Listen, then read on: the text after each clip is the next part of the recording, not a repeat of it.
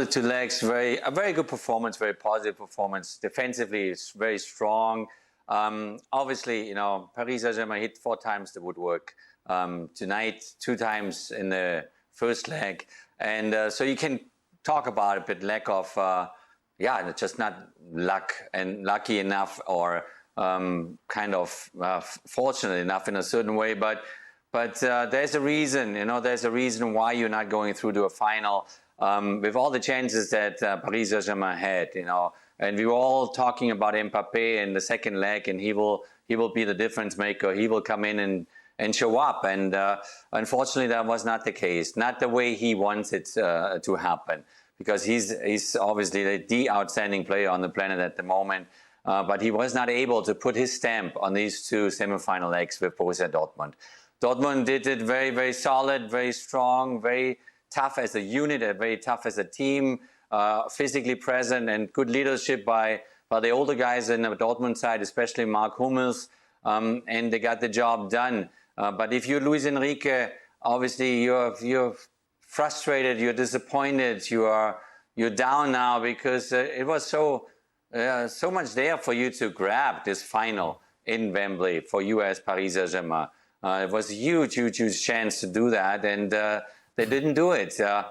I was a little bit disappointed with PSG in the first half. You know, they played like, okay, you know what, we have the whole 90 minutes. We don't need to necessarily score in the first half. So they didn't create anything in the first half.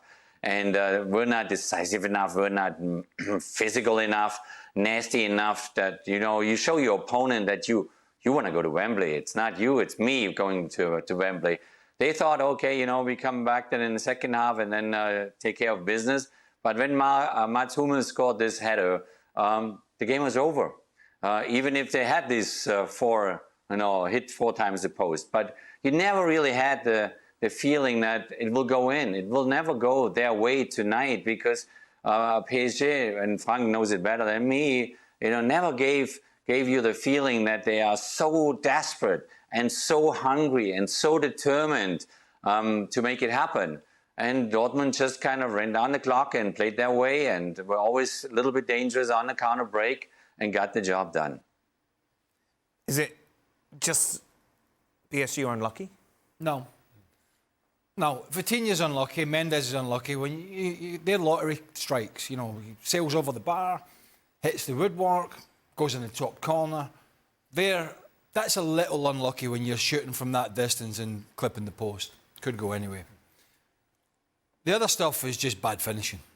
So I don't think they're unlucky. They were not good enough. They were not good enough. They had a great opportunity against one of the weaker sides on paper in the competition. Ironically, it turns out they've been one of the stronger sides. Dortmund have been brilliant in the Champions League, very average by their standards in the Bundesliga. You got Mats Hummels, who 18 months ago, I don't think anybody thought he could play at this level anymore with that kind of quality, particularly with the legs going. But he led Dortmund again. You know, when somebody needed to come out and close, there was one incident in the second half where it was it might have been Vitinha or Zaire Emery, whoever it was, got the ball 25, 30 yards from goal to take a strike, and it was Mats Hummels, not a midfielder, that comes sprinting out to shut it down, put his body on the line. That's just, as Jurgen said, that's desire, that's effort. And 180 minutes plus injury time against a defence that's not renowned for being rock solid. PSG have not scored, and spare me the woodwork sort of stories. They were not good enough, and Dortmund were superb, organised brilliantly. I did not think they could do it for 180 minutes, maybe 90, not 180. But fair play to them, fair play. They deserve to be in the final. For some context, if we want to talk about what Borussia Dortmund have been in Bundesliga, their last shutout was in their Klassiker, March 30th. So we got to go back more than a month ago to find a shutout. And now, in the last week or so, 2 shutouts against what we consider to be one of the strongest teams in Europe, against potentially the best player in the world in Kylian Mbappé. And so you have to wonder, is there an element of good fortune? Yes, of course. But in order for you to advance in this competition, you have to have some of that.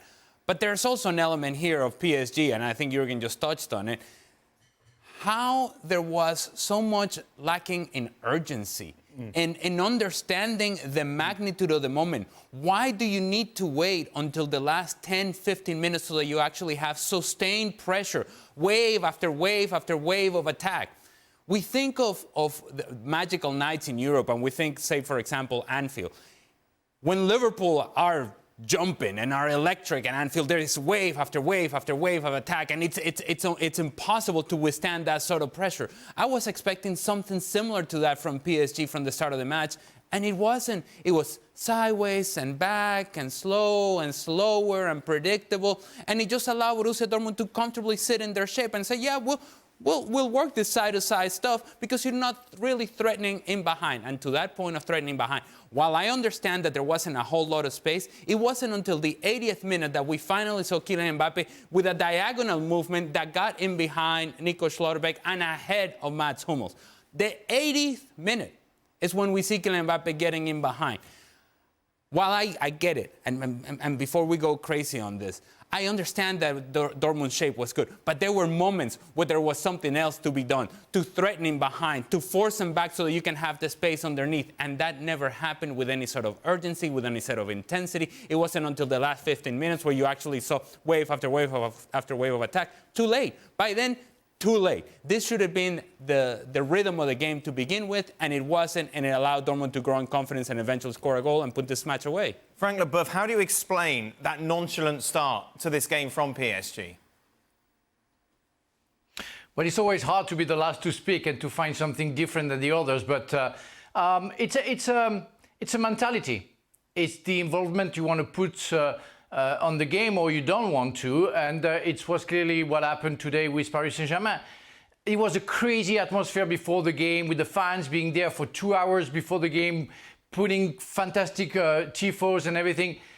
And as soon as the game started, the atmosphere went down, because the Paris Saint-Germain didn't put all ingredients that you need in the semi-final of the Champions League. And Ali just finished his explanation with that. The craziness. Something more than the others. Like you are kind of desperate to get something out of it, and you go for it and you try something. David Ginola was speaking on the French television, say they try something and then they go back and they give the ball back to Vitinha or Marquinhos, and they start again. They try. They never try to change for Mbappe, who sometimes was on his own, or Dembele starting from right to go to left, starting from left to go to right with a big long range but they didn't try anything. So we have the tendency to also find the problems in the game, where I want to first put, for me, how strong and clever Borussia Dortmund have been on the two legs, and the way Mbappe was unable to work on that because of the covering that they made when he had the ball. But again, and the guy talked about that, they didn't try. They didn't go for it. They were thinking. That's the problem with nowadays games, where you try to have the possession of the ball, but you forget the spirit of the game, scoring a goal. If you have 530 passes, 30 shots, and you hit 4 times the post, and you don't score a goal in one game, you have a problem. You really have a problem. And on top of not putting all ingredients, there was a lack of efficiency clearly for Paris Saint-Germain today. Do you know all these stats that say, whoa, you know... Is that what they say? Yeah, well, maybe they do, I don't know. You know, I know they're weighted heavily on PSG's favour, particularly in this game. But I still don't feel that they were brilliant. In fact, I don't think they were much better than just above average. And maybe that's down to Dortmund as well, but I think a big piece of it is them. And I think sometimes when we talk about managers and stuff, you know, there's a manager that's had a bit of a troubled season in Edin, Terzic, but you've interviewed him. God bless him. And what a lovely... I think I was the inspiration. Yes. But I think he's a genuine guy. Oh, he's a great guy. He was lovely. You know, and we see a lot of these managers coming out and, you know, press conferences talking nonsense and stuff. He just, whenever you see him, he sort of wears his heart on his sleeve. He gives you an honest answer. And so I think there's certainly a piece of me that when you look at this club and you look at likes of Hummels at the back and, you know, what he's got available to him, which is not what some of these other clubs have, then you got to feel quite pleased for him and what this is going to do for the end of their season. I mean, the Borussia Dortmund fans at Wembley are going to be absolutely brilliant. Just how competitive they're going to be if they can continue this form in the Champions League, maybe they will be, remains to be seen. But, you know, I think you have to at times be pleased for a manager who, at the start of the season, you're thinking, right, what does this season hold for them? They're not going to probably win the Bundesliga, which they're not, and they haven't. And they're probably not going to be anywhere near the Champions League. And yet here he is going in to this final in June, whatever it is, and, you know, he's going to be leading his team out. It's an amazing story. It really is, Jurgen, especially when you consider how they ended the season. Last year, of course, shooting themselves in the foot, handing the title to Bayern Munich, yet they come out, struggle domestically. He's been sacked 3 or 4 times pretty much this season, but has hung on. How much credit should he receive for what he's done with this group of players to get them into a Champions League final? Edin Terzic should receive a lot of credit for what happened just now with Borussia Dortmund this year. Obviously, how they finished last year with this huge disappointment to lose the German championship on the last day. You know, he was down, he was attacked, accused, offended everywhere, all over the media world, obviously in Germany. It was tough weeks, tough months for Edin. He pulled himself together and says, you know what, I'm going to go forward, I'm going to go through that and figure out a way to manage it. And then came another very difficult season for him with Bayer Leverkusen running off and winning the German title, first time ever. and not being consistent enough in the Bundesliga, having always problems here. And a lot of people always saying, you know, we don't know what we get from Borussia Dortmund week in, week out. One game is superb, the next game is bad. But somehow he figured it out to make it work in the Champions League. Somehow this team kind of always came together when it really mattered in the Champions League games. And he had a fantastic run throughout the entire Champions League season. And now then the final at Wembley. And this is a little fairy tale story on its own with Edin Terzic in charge of it. And I'm thrilled. I'm happy for him. So he really should receive a lot of compliments and a lot of credit for what they just did. But it was something that kind of everybody wanted so badly. It was the energy that they put together. It was their belief that they have. It was, you know, the bodies they put on the line defensively, and they threw themselves into the balls. And there was no ego player on the field from Borussia Dortmund. And that made the difference. And that's why they are in the final. Frank, who caught your eye from Dortmund over these 2 legs, away from Hummels? Oh, away from... I would say Adeyemi. I mean, by the work that he made offensively, of course, and today he had a great chance, but big save from Donnarumma. But the way he was working with Madsen to deal with Dembele defensively, especially the first leg, he was coming back, tackling Dembele many times. Today, also at the beginning of the game, we saw that. So I have to put him. I think the 4 at the back have been absolutely fantastic, working so well all together. And I can't forget Kobel, because he made a great save, even if it wasn't a good shot from Mbappe. He had that move with his left arm and then put it in a wood on a post. So I would say most of them, but Adeyemi and of course Hummels have been absolutely tremendous. The 2 legs. Yeah. Let me just give an honorable mention to a player who, if indeed you are playing his position, you're I suppose evaluated on how many goals you score. And this is the case of Niklas Füllkrug, who scored the game winner in the first leg.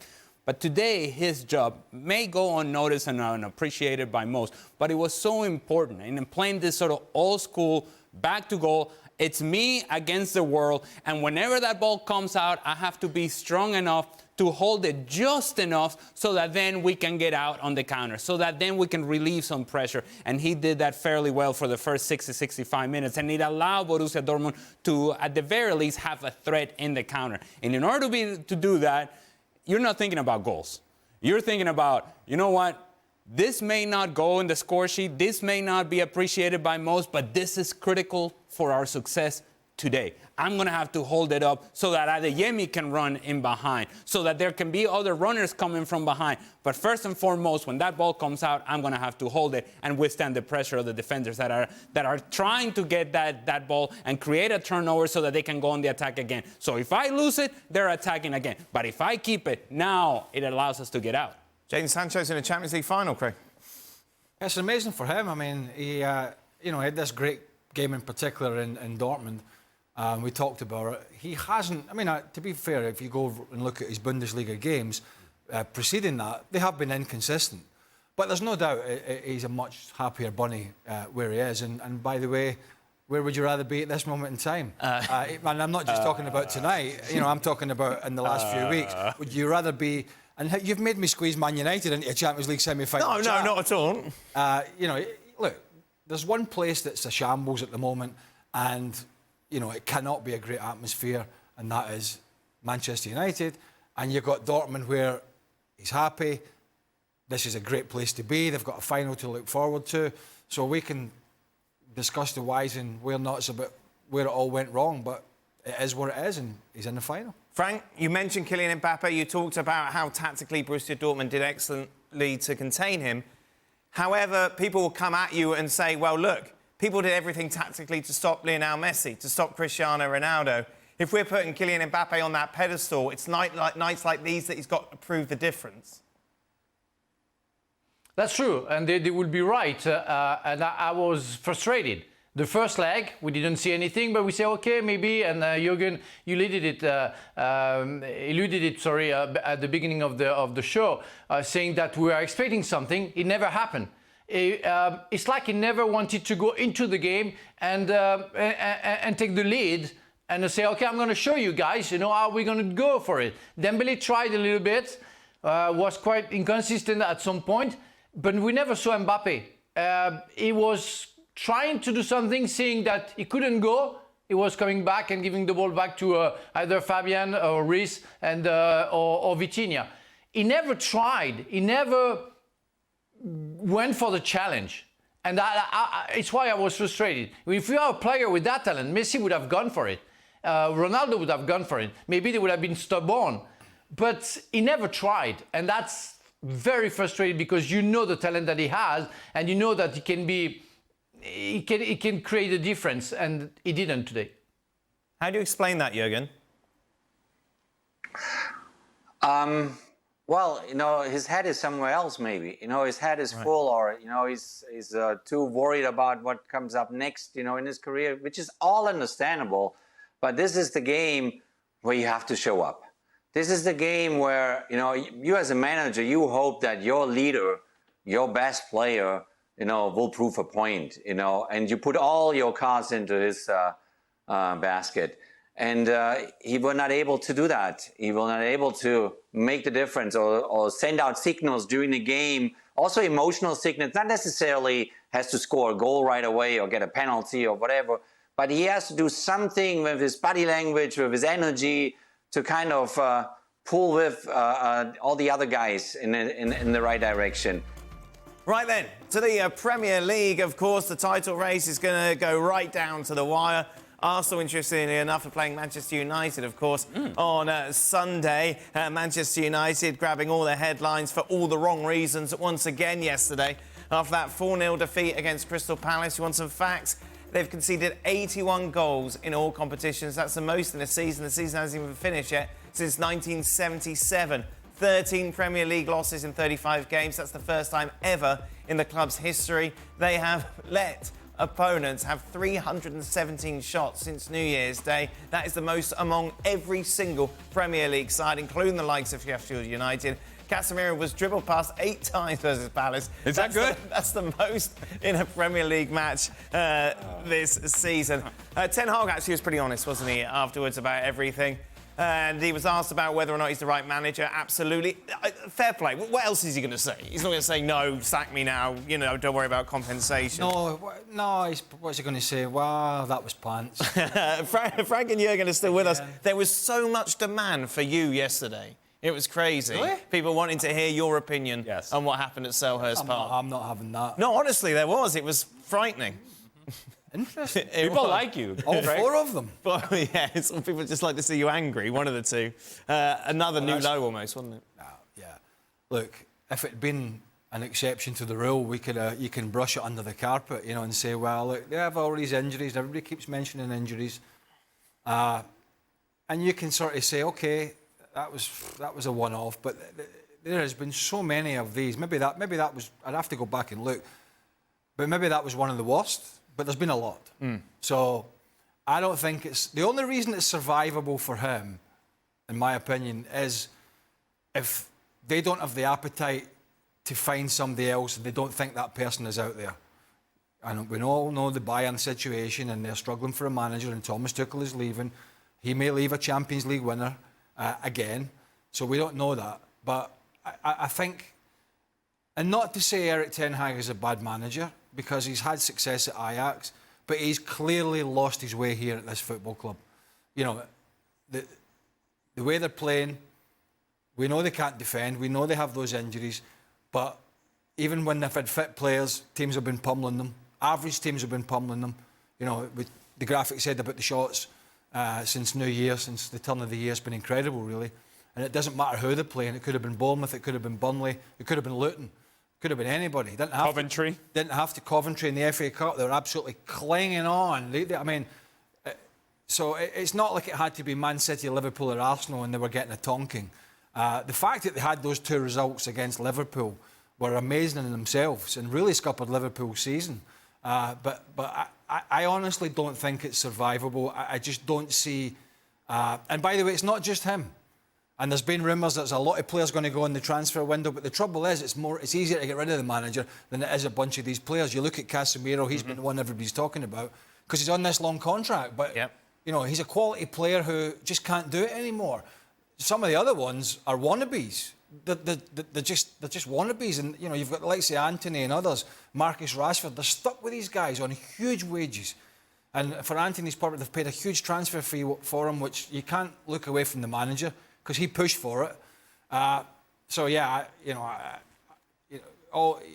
anybody. I mean, you can talk about the injuries all you want. There is no excuse, in my opinion, because the picture has been painted over the whole course of a season, not just what we saw yesterday at Selhurst Park. And for all those reasons, I think his position, for the investment that's put into the club, is simply untenable. Jurgen, what if you get a phone call from Sir Jim Radcliffe? He says, Jurgen, I love you as a coach. I'm not as keen as you swearing on television as you do, but we'll get past that. Looking at what you would do if you would take over at Old Trafford, how do you fix this as a coach? Is it fixable? Listen, you cannot judge it from the outside.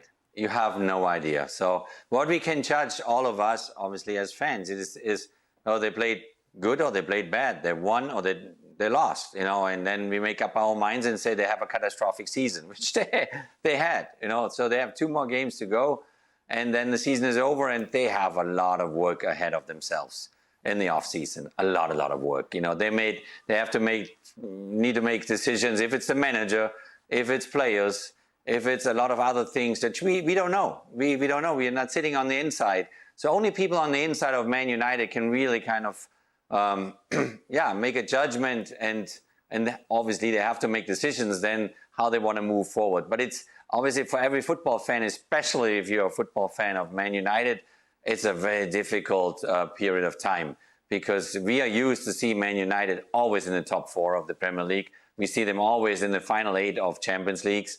And having seen them playing this way, especially now, like the game against Crystal Palace, is highly disappointed. But you cannot give them any advice from the outside, because you don't know what goes on the inside.